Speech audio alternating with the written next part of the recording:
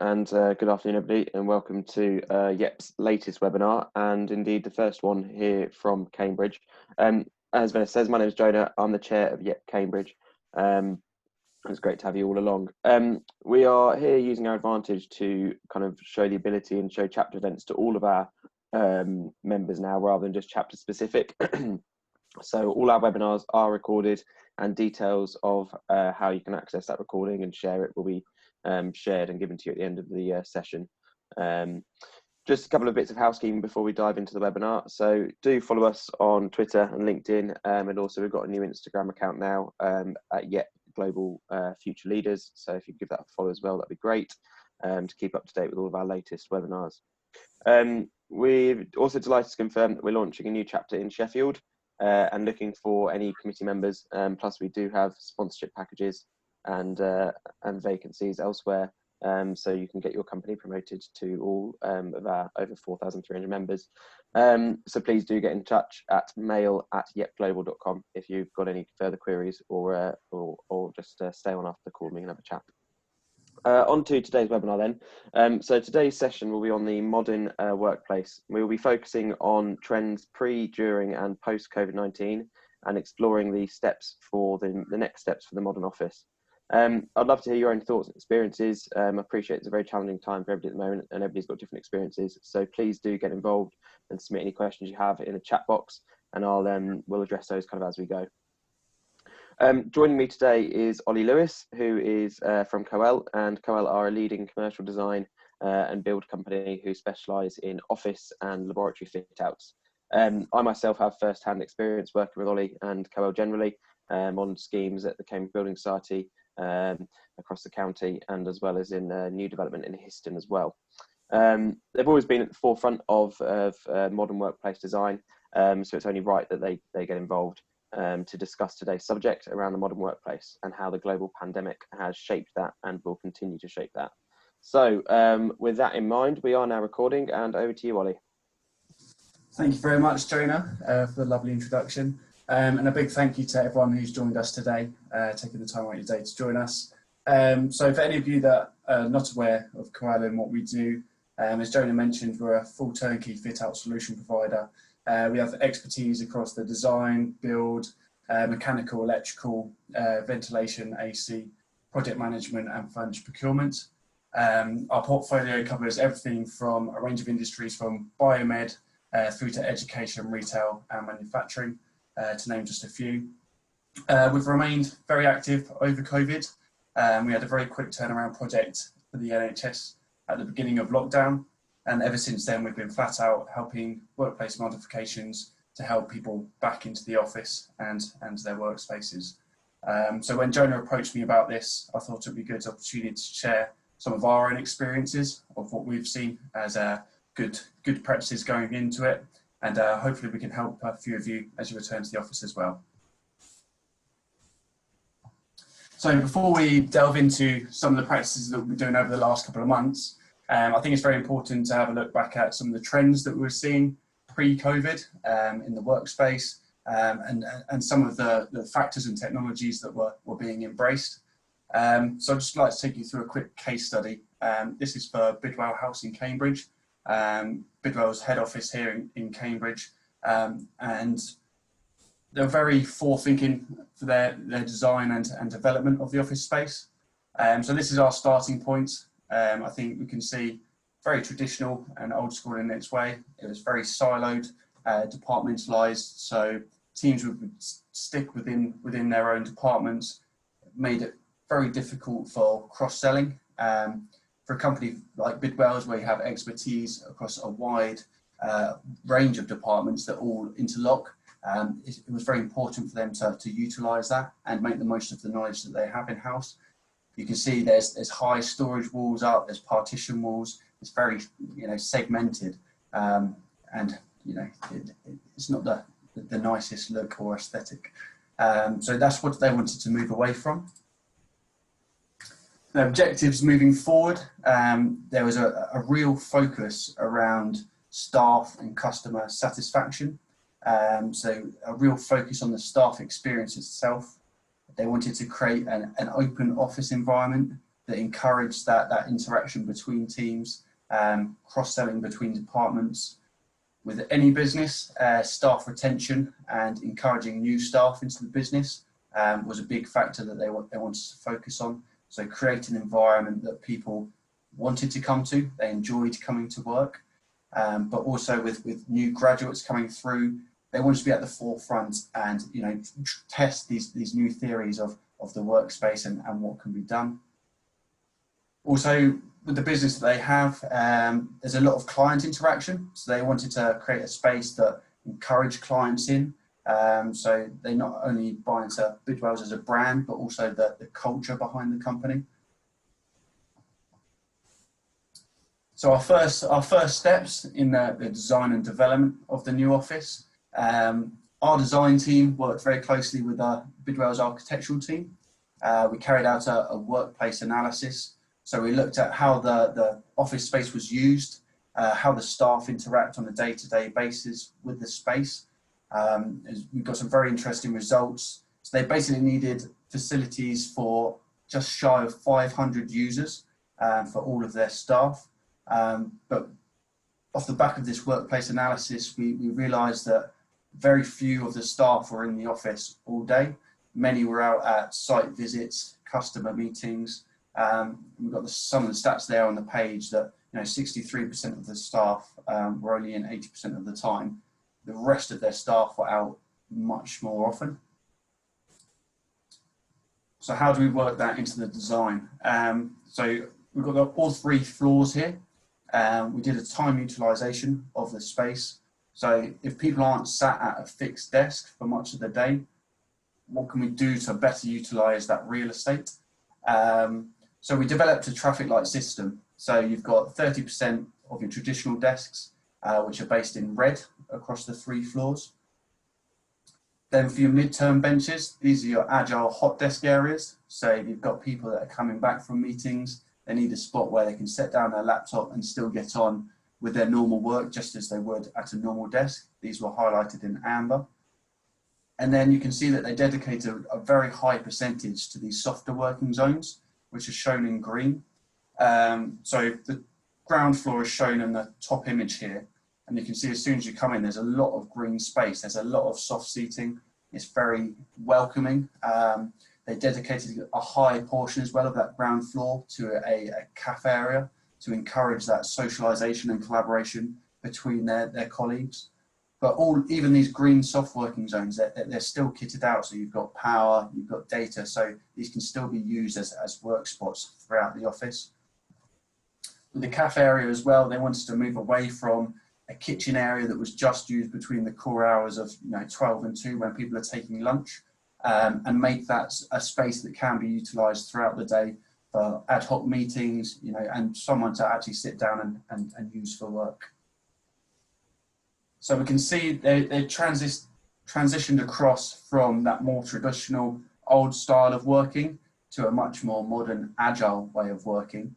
Now behind that, there are certain factors that need to be put in place to allow that agile way of working, allow their staff to work from anywhere. One of these big factors was obviously the technology behind it.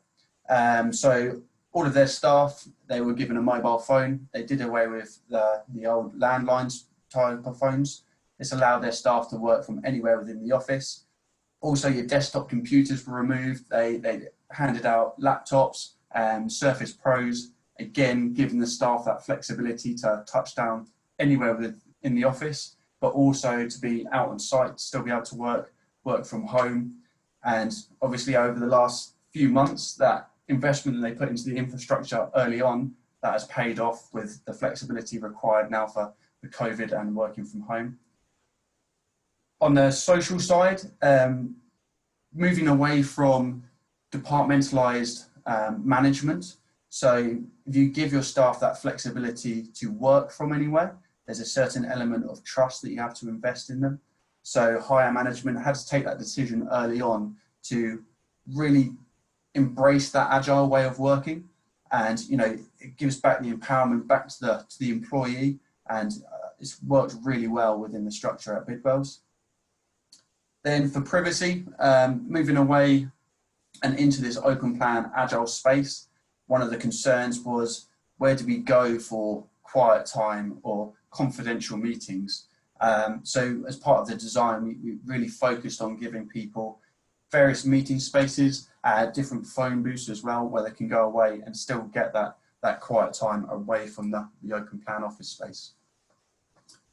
So moving forward onto the look and feel, and working again with Bidwells, they wanted to move away from that old school corporate office feel and go much more down a route of that welcoming hospitality and even high-end residential. And we've spent so much time of our working lives in the office. They wanted to create a nice feel so that their staff actually wanted to come in and enjoyed coming into work. Next, as part of the design stage, we obviously went down the rendered visual route just to give them a visual representation of the look and feel that we'd put together. In the bottom right-hand corner there, you can see the entrance reception, where they've got a concierge reception desk set up, much more in keeping that you'd see at a hotel. You've got the soft seating. So as soon as clients come in, as soon as you come in at the start of the day, it's very welcoming. It encourages you into the office space. Along with that, we've also got your more traditional meeting spaces, but then you've got the meeting booths and these touchdown areas around the office. So you can very easily pull a colleague and sit down and have a quick meeting. And then this is the finished product. So it's not too far from the designs that we put together. You can see that the actual reception space in that top left. Top right, we've got the social cafe area, which is utilised throughout the day if you ever get the chance to go and visit the office. And again, we've got these soft touches around the office. It's far, far away from that corporate environment that we had at the start of the project. So did it work? Obviously, looking back at their objectives at the start, the well-being and social aspect for their staff was a key factor. So they carried out an employee satisfaction survey at the start of the project, and then at the completion of the project as well. We've seen nearly a 20% staff satisfaction increase in that time. Sick days as well have decreased, so they've had a 23% drop in employee sick days as a result of the project. So they're your social and well-being aspects that were real positives that we took from it. On the financial side, it's always an aspect that's a consideration. We've seen a 28% reduction in electricity costs. This is just from using better building methods, modern LED lighting, a 31% cut in water costs, and then a 70% cut as well in paper shredding. So to summarise, I think it was a very successful product. It allowed us to increase employee autonomy away from the desk. They have neighbourhoods as well, so you can go and work with your team within a dedicated neighbourhood space, but it's not vital. And it allowed, more interaction and collaboration between the teams and making most of the knowledge that they have in-house already at Bidwells. And the fact that they put in the infrastructure with the technology has allowed them to progress further, and definitely within the realms of COVID that we're in now. So I think it was important to look back at some of those trends, and they have had an impact moving forward. I think they were very forward-thinking at Bidwells in their approach to agile working. They were certainly one of the first companies in Cambridge to develop their work style in that way. And I think that's paid dividends moving forward into what we're seeing now into COVID. So is there any questions at this stage, Jonah? There's nothing come through on the chat box just yet, Ollie. I'm not sure if we've got anybody on the call who's from Bidwells in Cambridge. I know there were a couple that were registered. I appreciate, obviously there's a few people who obviously can't make it today. Is there anybody on the if you are from Bidwells and you're based in Cambridge and you wouldn't mind just kind of giving a bit of your view on how it's been, if you wouldn't mind just dropping a little your name in the chat box, and I can just unmute you and you can just have a little chat. That'd be great, just to kind of get some first-hand experience. But I think as you touched on there, Ollie, the benefits of it are wide-ranging. So it's a lot more than potentially just the I think the sick days, for example, isn't something I was acutely aware of. One question has just come in. is how long does this process take from bringing you into the project to design and then onto completion? That's a question from Jason Lee, Ollie. So kind of the overall program. So Bidwell's was a fairly extensive program. So from design through to development, there was a lot of structural changes as well that had to be made to the building. So in Trumpeton, that was a building that they already occupied. They had various offices around Cambridge that they wanted to bring into one. So our fit out was just one part of the project. They had a lot of structural work that had to be done before we could go in. But on a project like that, you're looking at many months of design beforehand to get the specification right. And then on a build like that, you're looking at another couple of months to actually go out and get it implemented. But this is a way that we work on a lot of our projects, is we do a lot of the design work up front. So we get the specification agreed very early on. And then when we start the build, that means that the actual build process is a lot quicker. If there's no other questions, start moving forward then. So we've seen so many adaptations from the government over the last couple of months. In March, we had the strong stay-at-home message, and businesses had to adapt very quickly in order to stay operational. So we saw a huge transition across from office working to home working in various degrees of success.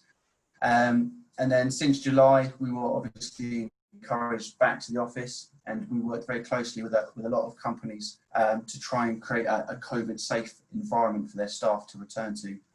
And then just of last week, we've had another change where we're being encouraged to only work from the office where it is actually really needed. So we've been constantly working with companies and putting different strategies in place. And these are just some of the examples that we've come up as to try and help companies back into the workspace. So we've been very lucky as well over the past couple of months to team up with Cambridge consultants. So anyone who's not from the Cambridge area may not be aware of them, but they're very heavily involved with product development. They've got great science and lab resources within the company. A lot of their employees come from the university themselves, and they help a lot of the spin-out companies with their early development. Now they've come up with a simulation tool and a track and trace tool, and it goes alongside very closely with what we've been implementing. But it was nice to see from a theoretical side what they were thinking the key points were to change. So on the graph that we can see here, this is based on a theoretical virus in a theoretical office of 100 people.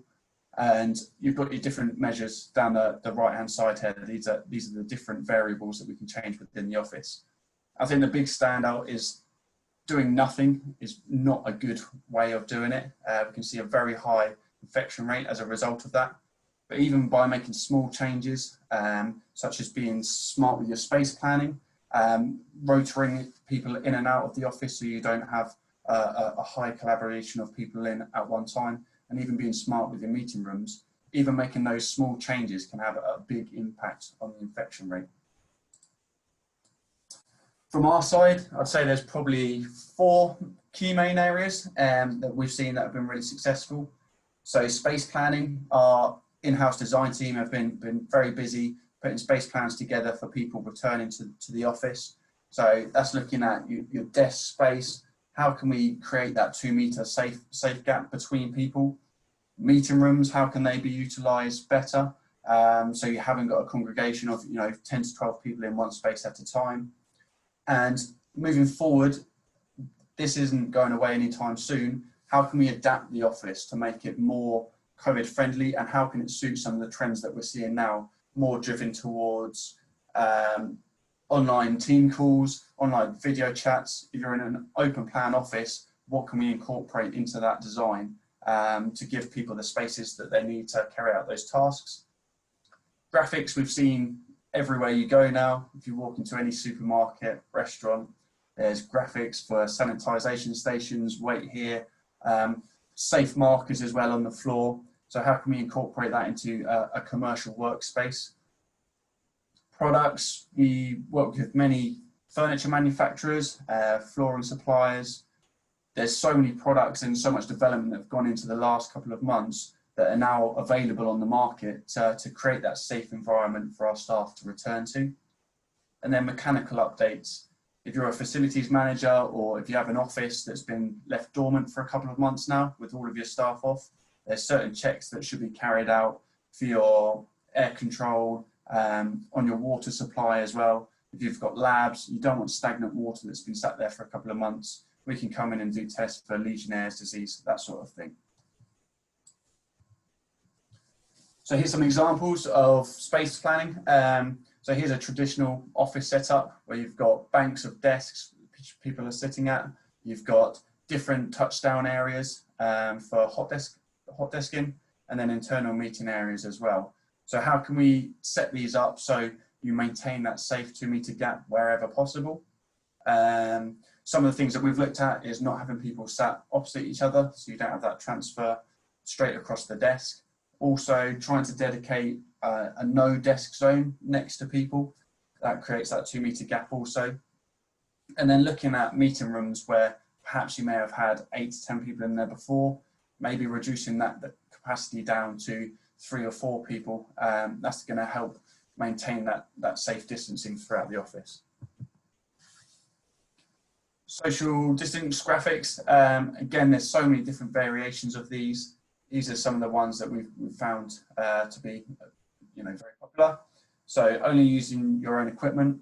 If people have been out and away from the office all the way across lockdown, it's just giving them different reminders as they come back to the office and letting them know which equipment is safe to use, which desks are safe to use. Maintaining those 2-meter gaps as well, so you can have these all the way through the office, right from reception through to your communal areas. Looking at circulation routes as well, so where you've got lifts or staircases where you've got narrow spaces, you want to try and avoid people crossing on those, so guide them around the office in certain ways. Sanitisation points as well. We've got one in our office that as soon as you come through the door, you do the hand pump, your hands are ready to go, you walk through, you do your temperature check, and then you're good to go for the day.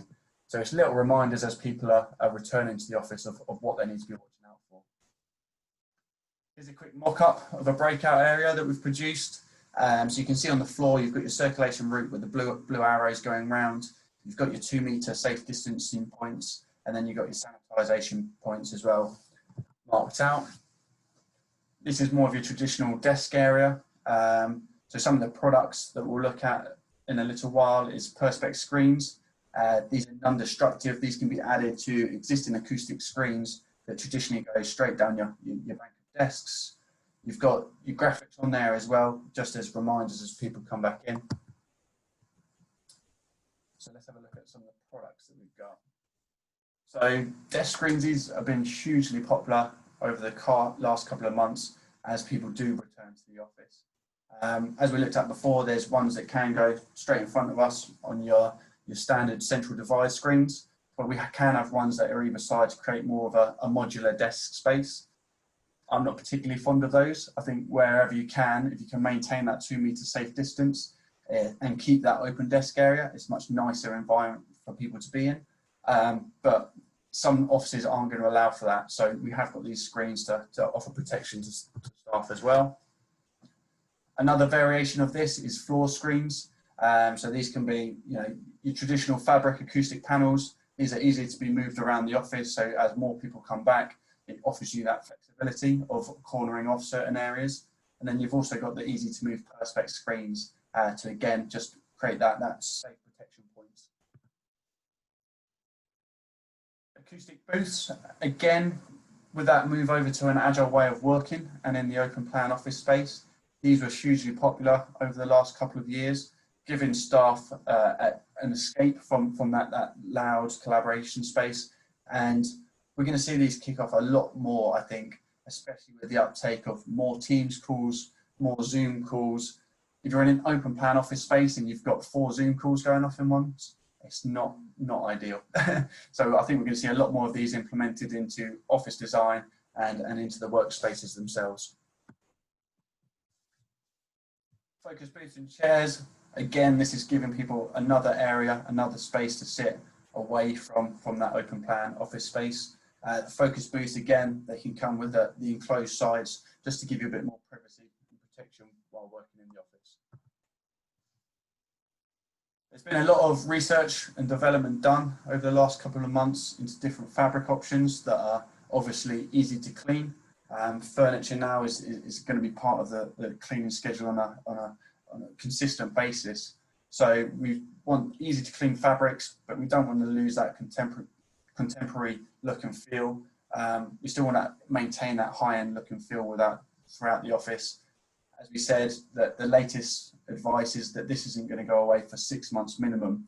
So having just perspex screens everywhere it's not the most aesthetically pleasing. We're starting to see more development now into these nice styles that are coming through, but still maintains that protection. Sanitization points as well. As we discussed, these are everywhere.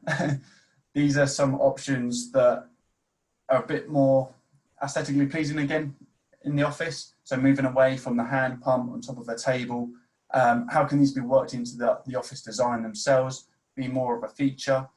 Again, you've got the hands-free options there with the foot pump. It's a little bit more clean and tidy than using the hand pump over and over again.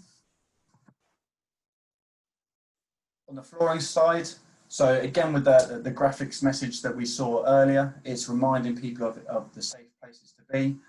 I really like these because it's a much cleaner and a bit more of a more permanent fixture than putting the graphics down on the floor. These are very easy to install. You pop up your current carpet tiles, put these in, then as we return to normality, it's very easy to swap those back. You can put the original tiles in. Milliken are just one of the suppliers we work with that have done a lot of development in this area. So just a quick overview then of what we've been going through. I think to help people return to the workplace, they want to feel safe, they want to feel comfortable. So that's introducing hand and sanitization points, both at entry and exit, making sure that you've got a good flow and routes throughout the office, so you haven't got people passing in tight areas. Only necessary participants within the office space as well. So we've got a rota now that I'm in the office 1 day a week. We've reduced it down from the government guidelines last week, but making sure that you're not packing people in and you've got that desk space so to maintain that 2-meter rule. Just a quick throwback to what we were talking about earlier. So this is back to Bidwell House that we looked at for the case study and some of the strategies that they've implemented. So you can see the carpet tiles here. They've also got a central staircase that runs the full height of the building. So they've dedicated an up staircase and a down staircase, just so you haven't got people passing on those tight areas. Where you've got T-points and print points, just giving people a space to wait while they're being used so you don't overcrowd those tight areas as well. And this is back to the reception.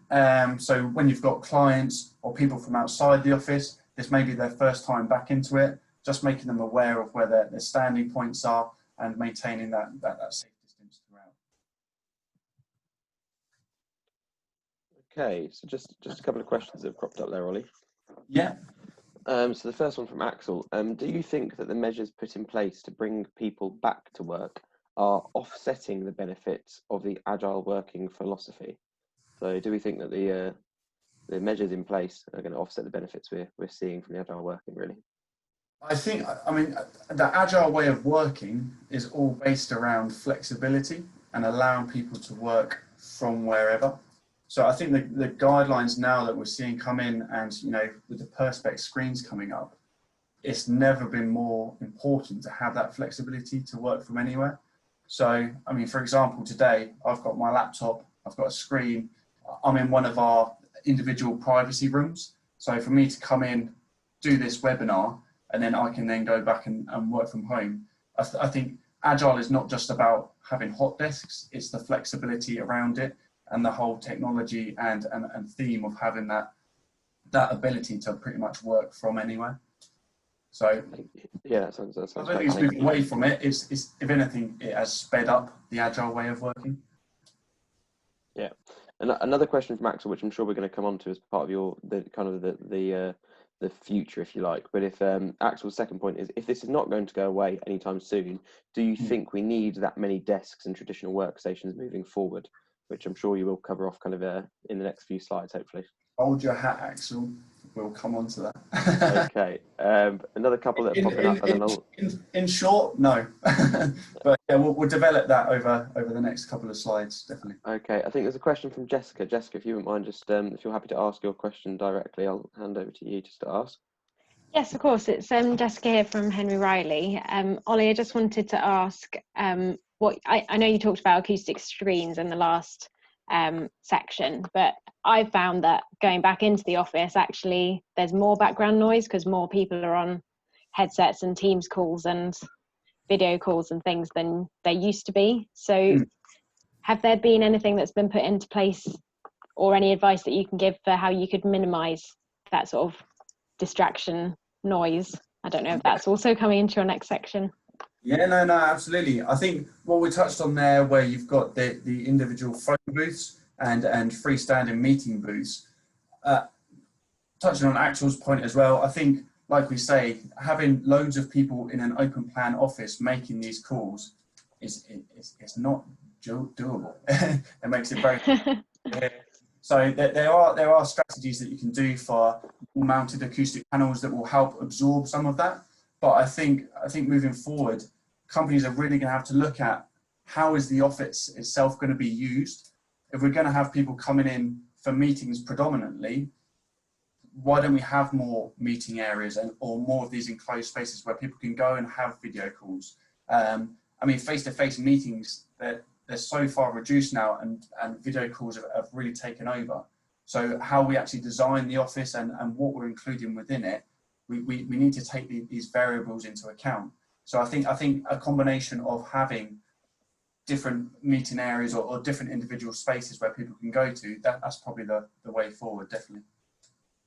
Brilliant, thanks, Ollie. Thank you. Thank you, Ollie. Just a couple more that have come through as well. So one from Lucy, which I think is a really good question, actually. Do you think we're going to see more sort of connected satellite offices and collaboration spaces rather than traditional big head offices as we move forward? Yeah, no, absolutely. I mean, there's been a lot of talk, hasn't there, of big offices, certainly in London and very confined spaces of, you know, reducing that high rent within the big cities and having more satellite offices which are easier to get to with people not using public transport. You've got the lower rent. So I think people are also going to have a look at the space that they've got. If you've got 60% of your workforce working from home most of the time, do you really need that huge real estate that you've got that has the capacity to hold 100% of your workforce?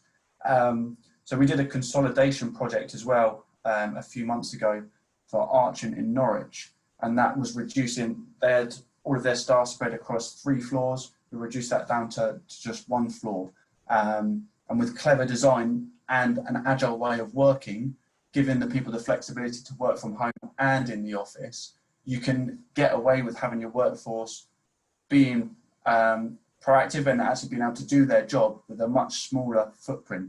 So yeah, I definitely think that's a trend that we'll see moving forward as well. People moving out of the big cities, satellite offices, but also reducing the space that they have in the offices.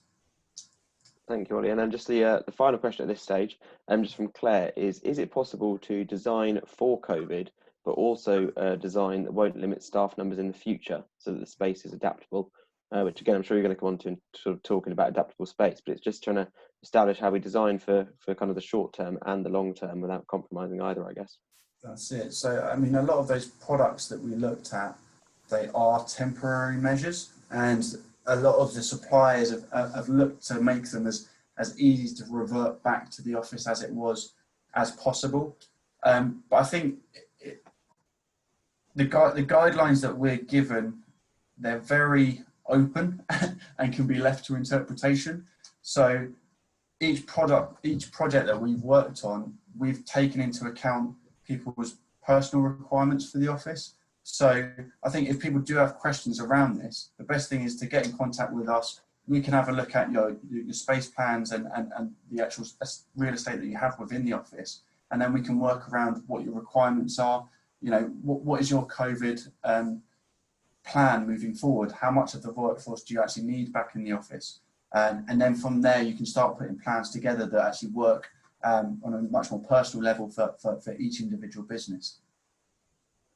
Thank you. Well, I think that's it for questions at this stage. So back to yourself. Yeah. So post-COVID, this is sort of looking forward to the years ahead.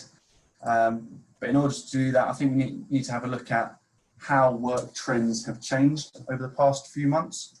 So this graph here, if we have a look at the top, prior to COVID, there was only 7% of our workforce in the UK that was working from home the whole time.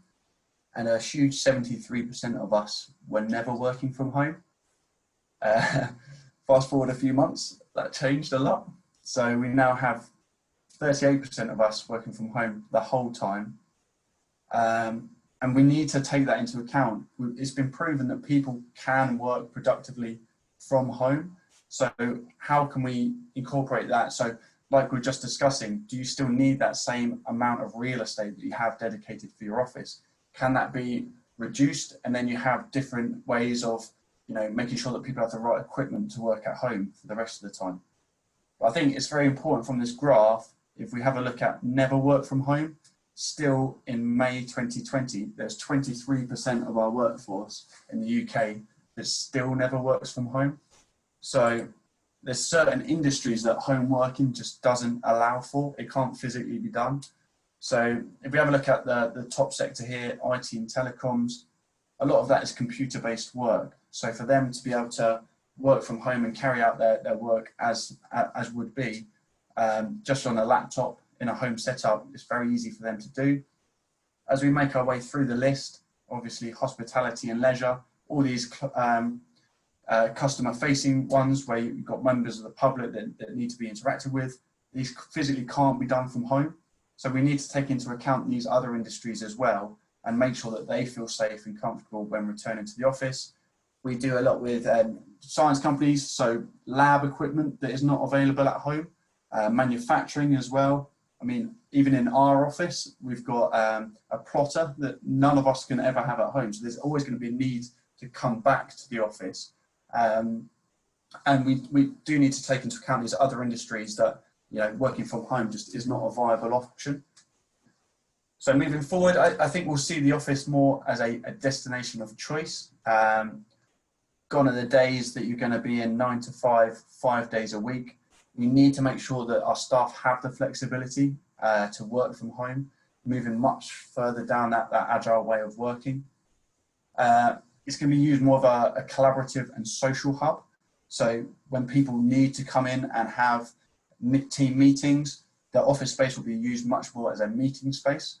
So as Axel mentioned, we'll probably do away with more of the fixed desks and have much more of a touchdown point where you come in, you do your job, you do your meeting, and then you can move on back home. More video call points, which was raised by Jessica. Again, introducing those acoustic pods so you do have a safe space where you can go and carry out these meetings. Agile working for most, as we said, Agile is not going away. It hasn't been reduced by COVID. If anything, it's been greatly accelerated with the Agile way of working. Having booking systems and clever rotors within the office space, so you do have a reduced capacity in the meeting rooms and also in the office itself. But alongside COVID, yes, it is a big consideration, but there's other things as well that we need to consider for our staff. So this is just a little throwback photo from us for Christmas a few years ago. For me personally, I love being in the office. I love being part of the team and having that integration and collaboration with our team here. In a survey, we saw that 30% of people working from home were lonely and 26% missed work social events. So staff well-being and staff mental health are also huge factors that we need to think about. Whenever you start work, you have you get set up with your desk, your chair set up right, your monitors are set up right. We need to make sure that people have that same level of safety from working from home. So making sure their equipment is right, Our furniture department, they've put together some really good packages of homework desks and homework task chairs to make sure that people have that same level of comfort and safety from working from home. And then to summarise, really, we've got used to home working. It's proven that it has worked for a lot of industries and a lot of people, but we still have to take into account people that physically cannot work from home and make sure that they are safe and comfortable. As we said, we've seen about 10 years worth of advancement in just a few months towards agile working, people working from home. So again, that is just going to continue. Some of the benefits, though, that I think from working from an office is definitely feeling part of that team and having a purpose. Ad hoc interactions, having a team call is great, but there's usually a subject line at the top of it. You address that subject line, you have a small bit of chat after, and then you're done. You don't have those touchdown in the kitchens or grabbing a cup of tea conversations that we all need to thrive off as a social being. Access to equipment, once again, that is not available at home. And I think a really important one for me is mentoring from peers. So working within an office space, you learn from people that have more experience from you. So personal development as well is a huge thing that we still need to take into account moving forward. I think you just touched on it there right at the end there, Ollie. But Axel's just raised a good question, which is obviously what you're all explaining works perfectly well for mature professionals subject to this sector specificities you mentioned. But for graduates and younger members of the team, working from home is simply not an option. Face-to-face engagement is key. I think that's a very good point. I'm not sure what your views are on that, Ollie, in terms of, like you say, the development aspect in there. I think it's hugely important. I mean, one of my friends, he started a job right at the start of COVID, and his first time meeting his peers face to face was 2 weeks ago. And like you say, if you're a graduate coming in, you can gain so much from having these team calls, but actually face to face, having that interaction with your peers and developing and learning that experience from them is so vital. We need that as a society to improve and increase. So I think what I'm saying is the office it's not going to be removed completely. Working from home works for people, but I know for myself, I definitely need the days in the office where I can come in and still have those face-to-face engagements. So the office, as we said, the office is going to be much more of a touchdown point and a social area. So we'll see less fixed desks, but we still need that interaction for people to come in and learn. Thank you, Ollie. Just before we kind of bring this to a close then, I'm looking at the chat. There's no other questions at this stage, but if anybody's got any questions that they'd like me to raise, please do type them out and I'll raise them. Or if you're happy to ask it yourself, just put a yes or a yes in the chat box, and I can unmute you and you can ask the question yourself. While we've still got some time left in the slot. I think if there's any questions that people have after this, my contact details are at the bottom there. And one thing that we've been putting some work into recently is a new way of working guide. So we'll get that sent around to everyone, which highlights a lot of the parts that we've covered here today. But if anyone has any questions, or if you're returning to the office and you have any, anything that we can assist with, please do get in contact and we'll be happy to help out. There's no questions at the moment, but I'll just give it a minute just in case people are typing, and then we'll bring it to a close.